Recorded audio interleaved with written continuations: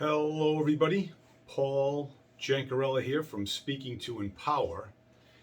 And I wanted to share a story with you today that I heard in the YMCA locker room.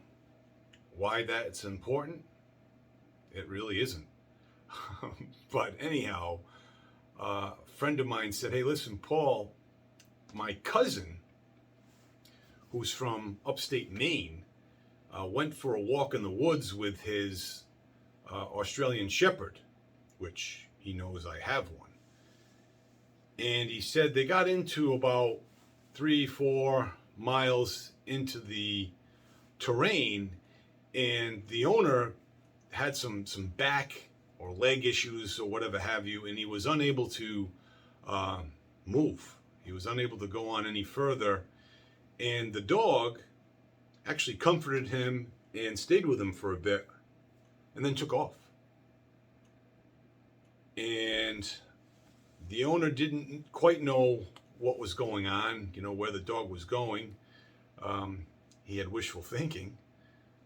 But lo and behold, the dog actually made it back to the house and saw his cousin's wife and started barking incessantly until she would come with him. So she grabbed her coat and, followed the dog. He kept looking back, looking for her, and brought him to the man. And the dog's not trained to do that, but I just thought it was like a great Lassie story, It really was, inspirational. And naturally she got help, and, it's a happy ending, so to speak. But it's a lesson for all of us, because is that not dog's life for the most part? To serve others? We really don't look at dogs as self-serving animals. Maybe cats. Sorry if I offend any cat lovers. But with the dogs, that's what they're called to do. They're happy to see you. Always. Even when they're sick. And it made me to reflect on, what is my life? What am I called to do in a certain respect? I mentioned to you last time that we're called to bear good fruit. But you know what? We're also called to serve others.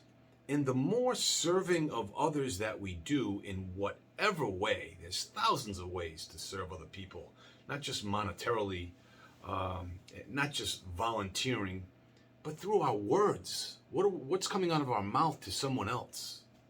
Hey, geez, thank you very much. I really appreciate that. That was kind of you. Little things make a big difference.